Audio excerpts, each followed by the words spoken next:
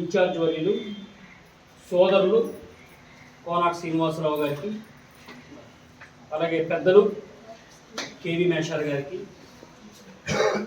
అలాగే పెద్దలు బైర్ మురళీ గారికి, అలాగే సోదరులు వైశ్యరాజు మోహన్ గారికి, అలాగే సోదరులు జీలానీ గారికి, అలాగే పెద్దలు శంకర్రావు గారికి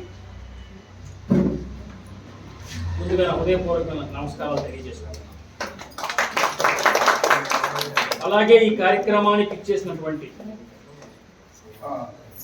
27వ డివిజన్ మహిళా సోదరీమణులకు, పెద్దలకు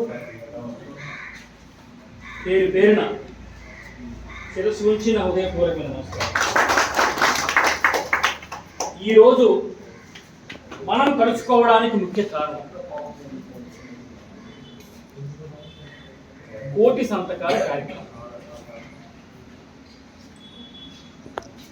జగన్మోహన్ రెడ్డి గారి ఆదేశాల మేరకు రాష్ట్రం, అలాగే నియోజకవర్గంలో నాన్నగారు ధర్మాన ప్రసాదరావు గారి ఆదేశాల మేరకు ఈ కోటి సంతకాల కార్యక్రమానికి శ్రీకారం చుట్టడం జరుగుతుంది. చిత్తూరు నుంచి ఇచ్చాపురం వరకు ఉధృతంగా ఈ రోజున తెలుగుదేశం ప్రభుత్వం తీసుకున్నటువంటి ఈ పీపీపీ నిర్ణయాన్ని, ఈ మెడికల్ కాలేజీ ప్రైవేటీకరణ నిర్ణయాన్ని వ్యతిరేకిస్తూ ఉధృతంగా రాష్ట్రమంతటా ఈ కోటి సంతకాల కార్యక్రమం జరుగుతుంది. ముఖ్యంగా పేద వర్గాలు, బడుగు బలహీన వర్గాలు, ఎస్సీ ఎస్టీ వర్గాలు, అణగారిన వర్గాలు, వీళ్ళందరూ కూడా ఈ రోజున తెలుగుదేశం ప్రభుత్వం తీసుకున్న ఈ పీపీపీ నిర్ణయాన్ని ఒక్క కంఠంతో వ్యతిరేకిస్తారు.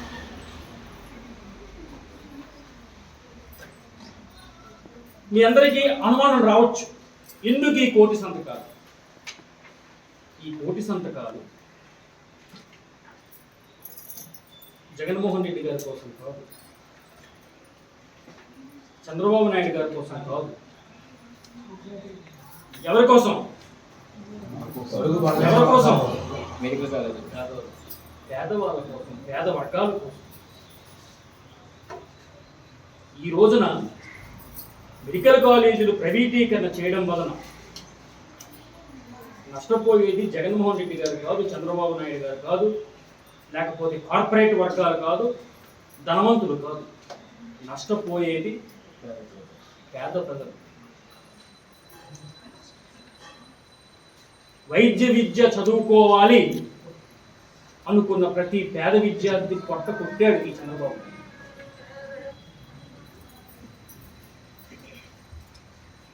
మీకు ఇంకొన్ని చాలా విషయాలు చెప్పాలి, ఎందుకంటే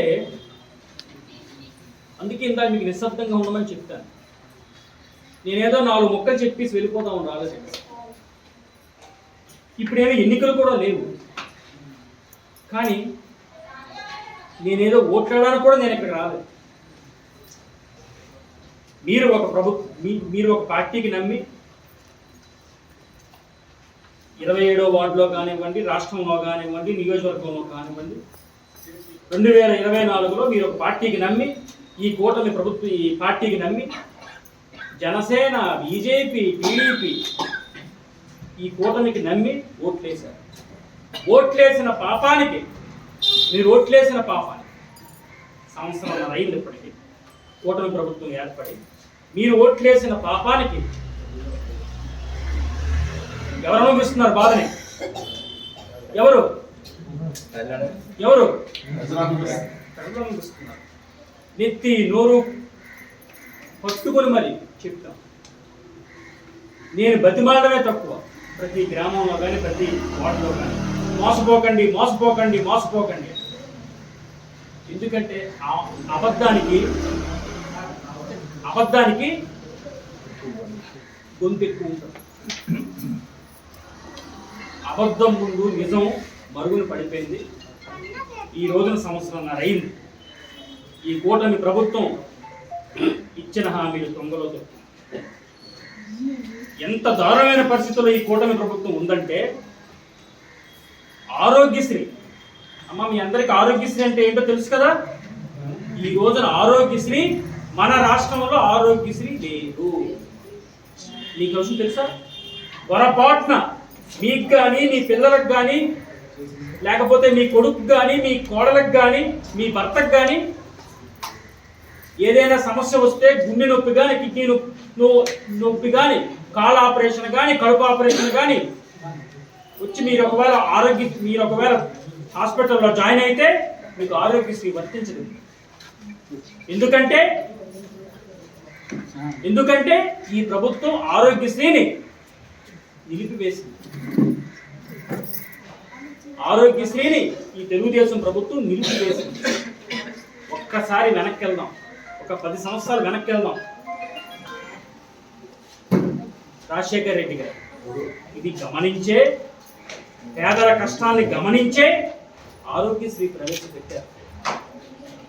ఆనాడు రాజశేఖర రెడ్డి గారు 10 మెట్లు ఎక్కి ఆరోగ్యశ్రీని ప్రవేశపెడితే 2019లో జగన్మోహన్ రెడ్డి గారు 20 మెట్లు ఎక్కి ఆరోగ్యశ్రీ ఇంకా నిధులు తీసుకొచ్చి ఎన్నో సేవలు అందించారు. మీ అందరికీ తెలుసు. కానీ ఈనాడు అటువంటి ఆరోగ్యశ్రీని నిలిపివేశారు. ఇంకో విషయం చెప్పాలి. హాస్పిటల్కి వెళ్తే, కార్పొరేట్ హాస్పిటల్కి వెళ్తే ఎవరో ఎందుకు, నా దగ్గర పనిచేస్తున్న డ్రైవర్ వాళ్ళ నాన్నకి మొన్న ఆపరేషన్ అయింది. నా దగ్గర పనిచేస్తున్న డ్రైవర్ వాళ్ళ నాన్నకి మొన్న ఆపరేషన్ అయితే 8 లక్షలు బిల్లు వేశారు. 8 లక్షలు ఎక్కడి నుంచి తెస్తారు చెప్పండి? ఆరోగ్యశ్రీ నిలిపివేశారు. ఇంకో ఆశ్చర్యకరమైన విషయం మీకు చెప్పాలి. కార్పొరేట్ హాస్పిటల్ ఎలా తయారయ్యాయంటే డబ్బులు గుంజడానికి, పేదల నుంచి డబ్బులు గుంజడానికి ఏ స్థాయికైనా దిగజారిపోతున్నారు. చనిపోయిన వ్యక్తి కూడా బతికున్నాడని చెప్పి శవం హాస్పిటల్లో ఉంచి డబ్బుల కోసం ఈయన డాక్టర్లు ఉన్నారు. పేదవాడికి ఎవరు దిక్కు? ఎందుకంటే పేదల కోసం ఆలోచించిన జగన్మోహన్ రెడ్డి గారిని మీరు దూరం చేసుకున్నారు. ఇప్పుడు పేదలకు ఎవరు దిక్కు? మీరు జగన్మోహన్ రెడ్డి గారిని దూరం చేసుకున్నారు. మీరు ధర్మాన ప్రసాదరావు గారిని దూరం చేసుకున్నారు. ధర్మాన ప్రసాదరావు గారు కానీ, జగన్మోహన్ రెడ్డి గారు కానీ పేదల్ని దూరం చేసుకోలేదు. ఈ రోజున కూటమి ప్రభుత్వం పేదలకు వ్యతిరేకంగా తీసుకున్న ప్రతి నిర్ణయాన్ని వ్యతిరేకిస్తూ ఉద్యమ బాట పట్టాడు జగన్మోహన్ రెడ్డి గారు. అక్కడ రాష్ట్రంలో జగన్మోహన్ రెడ్డి గారు, నియోజకవర్గంలో ధర్మాన ప్రసాద్. అందుకే అబద్ధాలు దయచేసి నమ్మదు. చంద్రబాబు నాయుడు సూపర్ 6 అన్నాడు. ఎవరికైనా సూపర్ 6 అందాయమ్మా? చెప్పండి.